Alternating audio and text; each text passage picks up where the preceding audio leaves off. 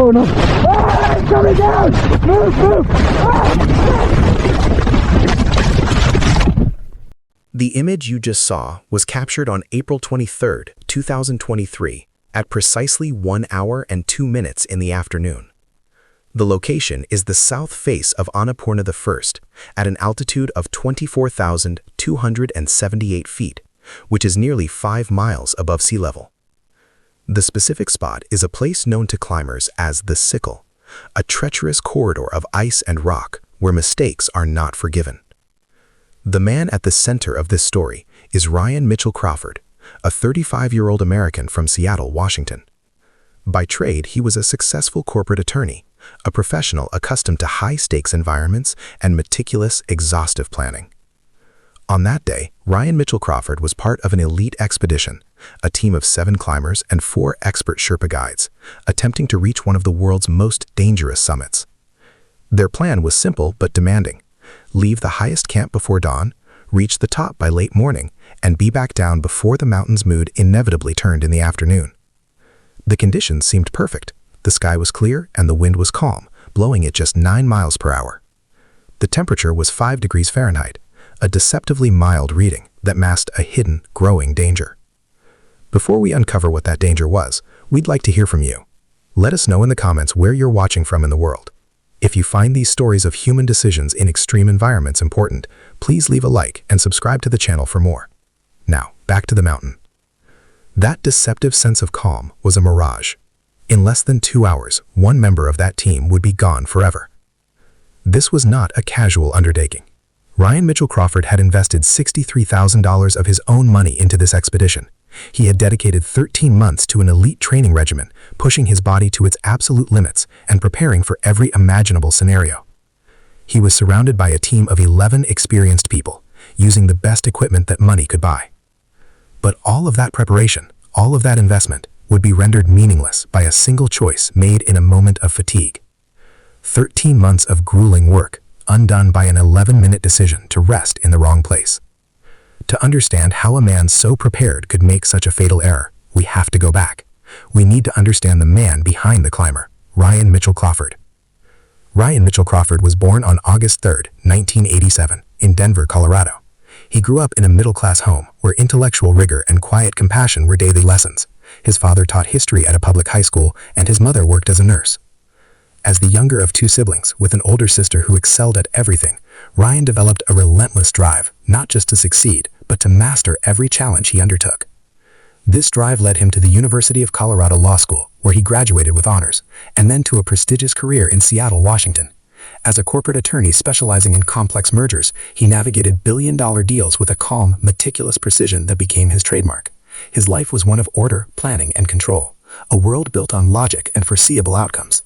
It was a world that seemed to leave no room for error, and yet it was a world fundamentally incompatible with the raw, unpredictable chaos of the high Himalayas.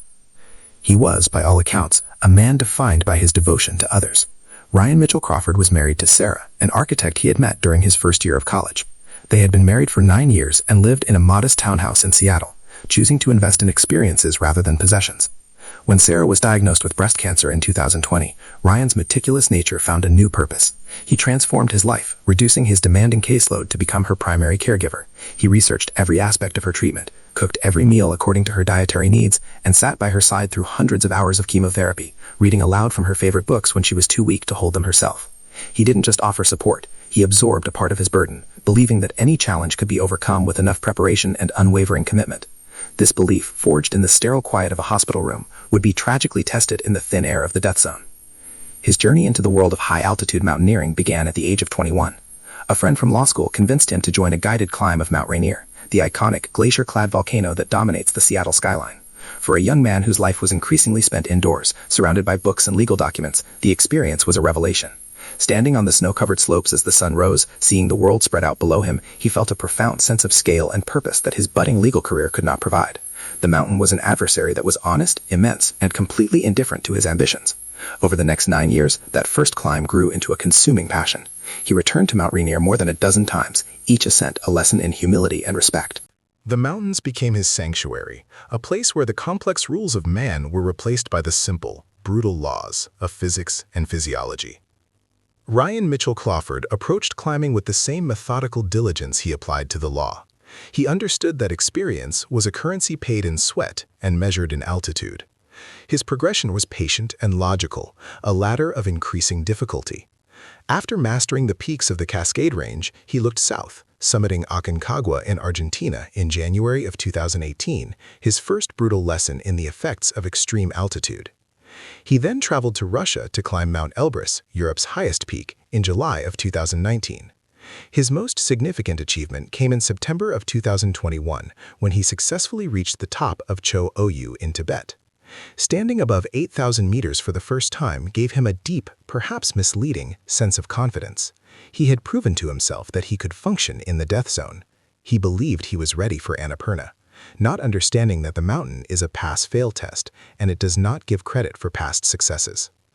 Within his structured world of checklists and strategies, Ryan Mitchell Crawford harbored small, deeply personal rituals. Before every major climb, as he sat in the pre-dawn cold of his tent, he would put on his headphones and listen to a single song, Here Comes the Sun, by the Beatles. It was the same song he and Sarah had listened to in the hospital on the day her doctors confirmed she was in full remission. The music was a private ceremony, a reminder of the life he was fighting to honor. He also carried a physical token of his past. Tied to the zipper of his climbing harness was a small worn figure-8 knot, a piece of old rope given to him by his father when he was a teenager. It was a symbol of safety and connection. Tucked into the warmest inner pocket of his downsuit, resting against his chest, he carried a laminated photograph of him and Sarah on their wedding day, alongside a small silk pouch containing dried rose petals from her bridal bouquet.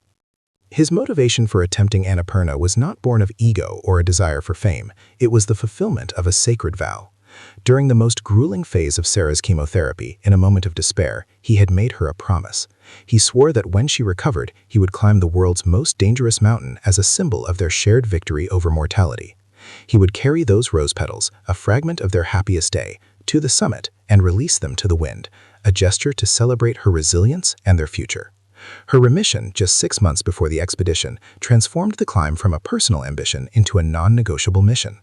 This profound emotional weight gave him immense strength, but it also created a dangerous form of tunnel vision.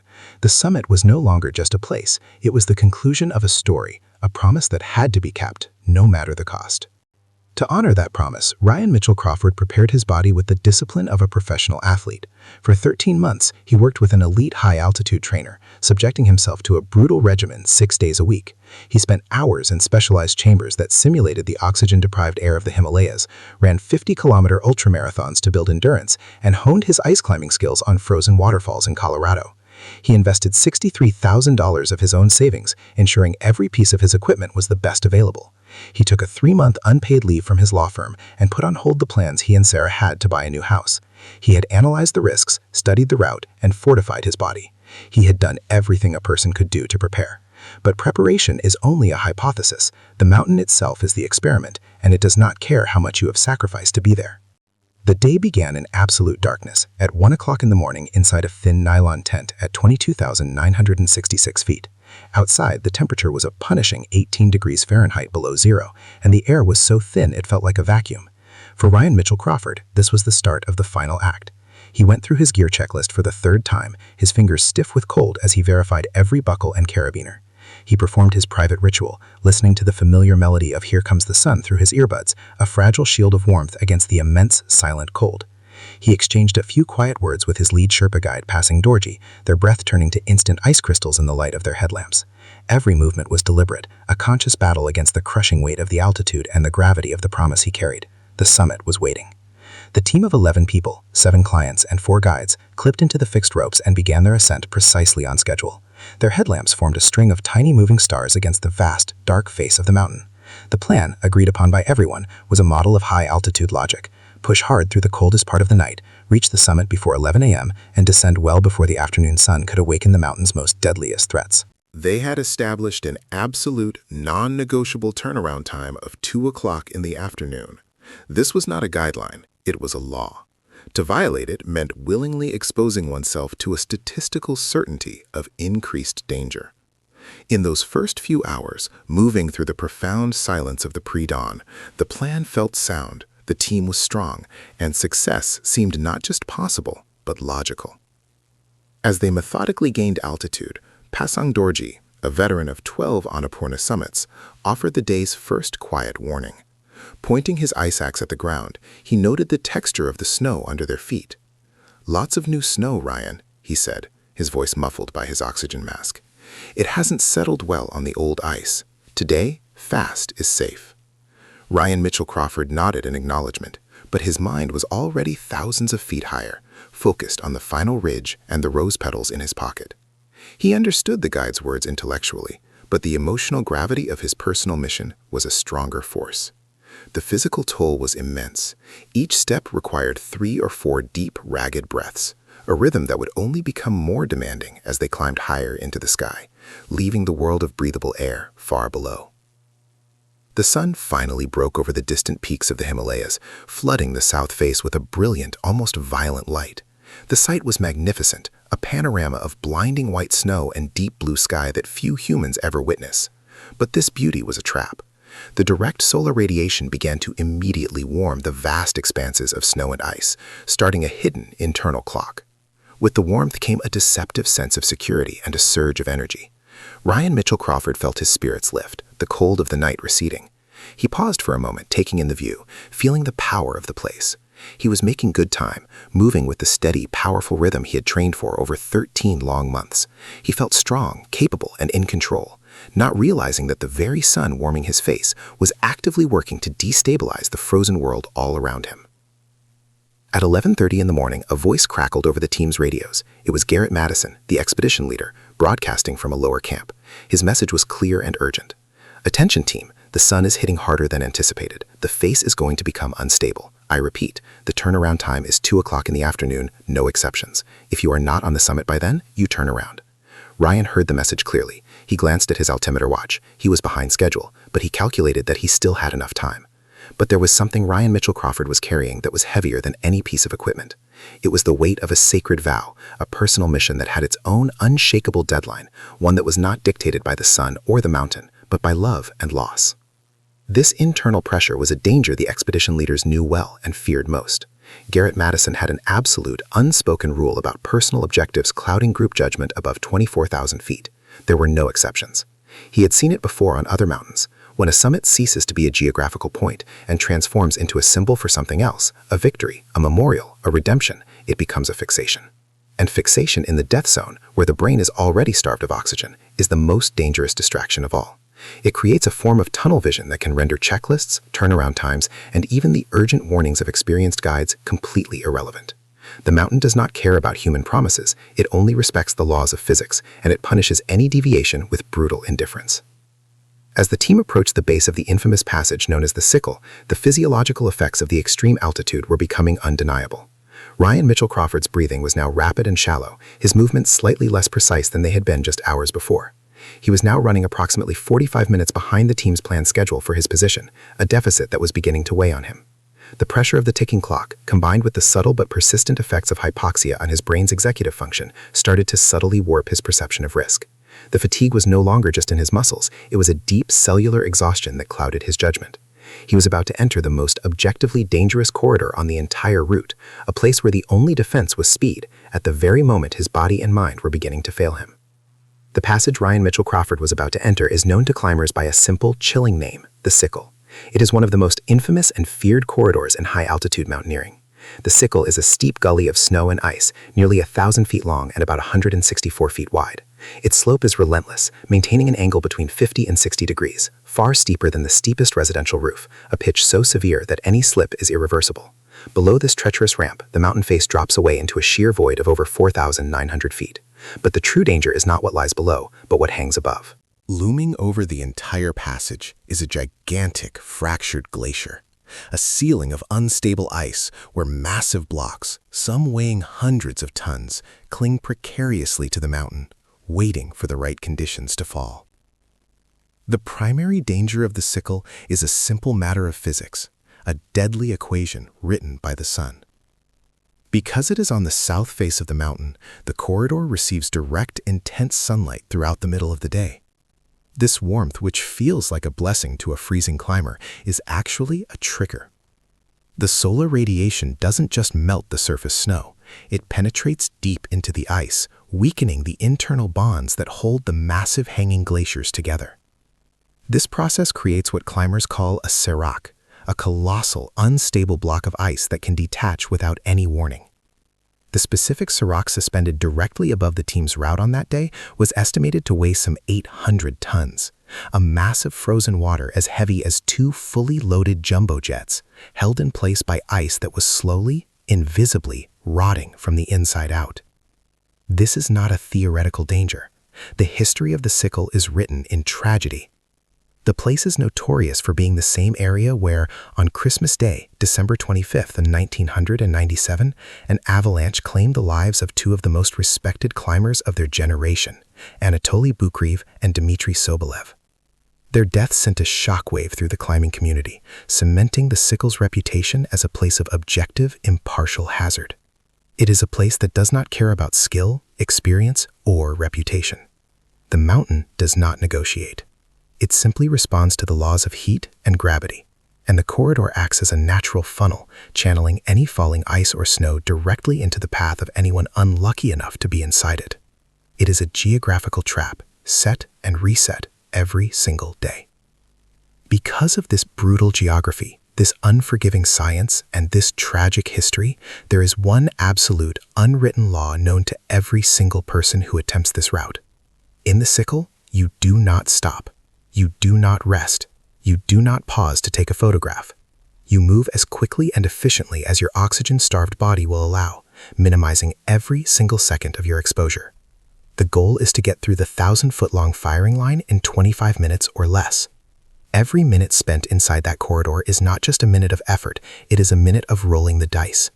The longer you stay, the higher the statistical probability that you will be in the exact wrong place at the exact wrong time. It is a game of odds that no one has ever won by standing still. It was 12:51 in the afternoon when Ryan Mitchell Crawford reached his breaking point. At an altitude of exactly 24,278 feet, deep within the sickle, a profound and debilitating fatigue settled into his bones. Every upward step felt like lifting a car. The frustration of being 45 minutes behind schedule gnawed at him, a voice of doubt in his oxygen-starved mind. He looked at the fixed safety rope, the lifeline connecting him to the rest of the team, and made a choice. He stopped. His gloved hand reached for the cold metal of the carabiner connecting him to the line. A distinct metallic click echoed in the thin air as he unclipped himself from the system, severing his only physical link to safety. In that moment, he was utterly alone. With slow, deliberate movements, Ryan Mitchell Crawford stepped away from the trodden path. He moved roughly 10 feet to his right, his boots crunching on a thin layer of fresh snow covering the hard blue ice. He saw what he was looking for, a small outcrop of rock, a ledge that appeared to offer a stable, sheltered place to sit. To him, it looked like a sanctuary. He lowered his exhausted body onto the cold stone, the relief immediate and overwhelming. He could finally breathe without the strain of climbing. He looked up the slope. The rest of his team was about 164 feet ahead, small figures moving with painful slowness. He saw Pasang Dorji turn and yell, but the wind and the distance distorted the sound into a meaningless noise. Ryan raised a hand and gave a firm thumbs up, a signal that he was fine, a promise he would soon rejoin them. His decision was not random. It was born from a fatal miscalculation of risk. In his mind, the greatest immediate threat was his own crushing fatigue. He believed that if he did not rest, he would not have the strength to reach the summit, or worse, to descend safely. He was prioritizing a subjective danger, an internal feeling he thought he could control, over an objective one. He saw the rocky ledge as a small pocket of safety, a place shielded from the elements. He failed to understand that he had just chosen to take a seat in the direct path of a known historical avalanche chute. He believed a short, efficient rest would make him safer, not realizing he had just exchanged the certainty of slow progress for the statistical probability of annihilation. 1 minute passed. The sun, now high in the sky, beat down with an intensity that felt both wonderful and menacing. Its warmth seeped through the layers of his downsuit, a deceptive comfort. Ryan focused on his breathing, trying to force oxygen into his depleted muscles, his gaze turned inward. 2 minutes passed. He was oblivious to the subtle changes around him. Small rivers of loose snow, what climbers call spindrift, began to hiss down the gully with increasing frequency. They were tiny warnings, the mountain whispering that its internal structure was changing, that the glue holding it together was beginning to fail. But Ryan Mitchell Crawford did not hear it. He was focused only on the clock in his own body. 5 minutes passed. He was now halfway through his self-allotted rest. This was the point of no return. Far above him, his team continued its slow, painful crawl toward the top, each member remaining clipped into the safety of the fixed rope. He was isolated, separated from them by a gulf far wider than the 10 feet he had stepped away. 8 minutes passed. The sun grew hotter. The energy that was warming his body was also sinking deep into the glacier above, doing its invisible, destructive work. The ice groaned under the strain, a sound too low for human ears to register, but a powerful force of physics building toward its inevitable release. 10 minutes. He felt the fatigue beginning to recede. In his mind, the decision to rest had been the correct one. He felt a renewed sense of purpose, the promise he made to Sarah clear and sharp in his thoughts. He began his mental preparations to move again, to rejoin the line and continue the final push. He adjusted his oxygen mask and flexed his fingers inside his thick gloves, readying himself for the next effort. The clock on his watch ticked past the final mark. 11 minutes. That was the total time he remained seated on the ledge, a stationary target in a world that demanded constant motion. High above him, suspended by a bond of ice weakened by 11 minutes of direct sunlight, the laws of physics reached their conclusion. At 1 hour and 2 minutes in the afternoon, 650 feet above where Ryan sat, the 800-ton Serac broke free. It did not start with a loud crack, but with a deep, gut-wrenching groan, like the sound of the earth itself splitting apart. This was followed by a roar that consumed all other sound, a deafening explosion of snow and ice accelerating down the gully. From the moment of the collapse to the moment of impact, just 5.5 seconds would pass. There was no time to react. The GoPro camera on his helmet recorded his final instinctual movement. He looked up. And then, exactly as you saw at the beginning of this video, the world disappeared. The 80-mile-per-hour wall of white filled the entire frame, a solid, unstoppable force of nature. The impact was absolute, a wave of kinetic energy so immense it is beyond human comprehension. He was violently thrown from the rocky ledge, his body now just another object caught in the avalanche's deadly embrace. The camera recorded nothing more. The consequence was as swift as it was brutal. Ryan Mitchell Crawford's body was dragged over 1,300 feet down the steep, icy slope of the Sickle, impacting countless formations of rock and ice along the way. Death was instantaneous, the result of massive, unsurvivable trauma. The brutal equation of the mountain had been solved. 11 minutes of rest, intended to preserve a life, had instead guaranteed its end. In the vast, echoing silence that followed the avalanche's roar, the rose petals for Sarah remained undisturbed in a small silk pouch, resting in the quiet cold of his inner pocket. The response from above was instantaneous. Pasong Dorji, witnessing the entire event from just a few hundred feet away, grabbed his radio. Within seconds of the impact, his frantic voice cut through the static, a desperate call to base camp. Avalanche in the Sickle, Ryan is hit. I repeat, Ryan is hit. But in the brutal calculus of high-altitude mountaineering, this was not a call for a rescue. It was a notification of a tragedy. Any attempt to descend into the active avalanche chute would have been suicidal, a guarantee of more lives lost to the unstable snowpack. The expedition was immediately and officially aborted. For the remaining members of the team, the promise of the summit vanished, replaced by the grim and dangerous task of a cautious descent. Above 24,000 feet, there is no ambulance, no emergency service. There is only the mountain and the long, slow journey back down to a world where help is possible. For nearly 48 hours, the mountain held its victim. Hazardous conditions and the constant threat of more avalanches made any approach to the debris field impossible. A search operation was activated, but it was a game against weather and physics. Finally, a helicopter reconnaissance flight spotted a visual anomaly, a patch of color against the white, at an altitude of around 23,000 feet. A specialized Nepalese rescue team was dispatched, undertaking the immense risk of entering the area. They found Ryan Mitchell Crawford's body partially buried in snow and ice at the base of the couloir. His helmet was shattered, a testament to the unimaginable force of the impact. Miraculously, the small camera attached to it was intact, its lens pointing silently at the sky. It held the final irrefutable evidence of a decision made in a moment of exhaustion, a digital recording of the last 11 minutes of his life. Recovering a body from that altitude is a feat of immense technical skill and bravery. Using a long-line helicopter operation, a dangerous procedure where a rescuer is suspended on a cable hundreds of feet below the aircraft, the team managed to retrieve Ryan's body from the mountain. It was eventually repatriated to his family in the United States. The footage from his camera was reviewed, a silent film documenting 11 minutes of quiet rest, followed by 8 seconds of a rushing wall of white, before the recording abruptly ended. After viewing the footage, his family authorized the expedition company to release a statement confirming the facts of the accident.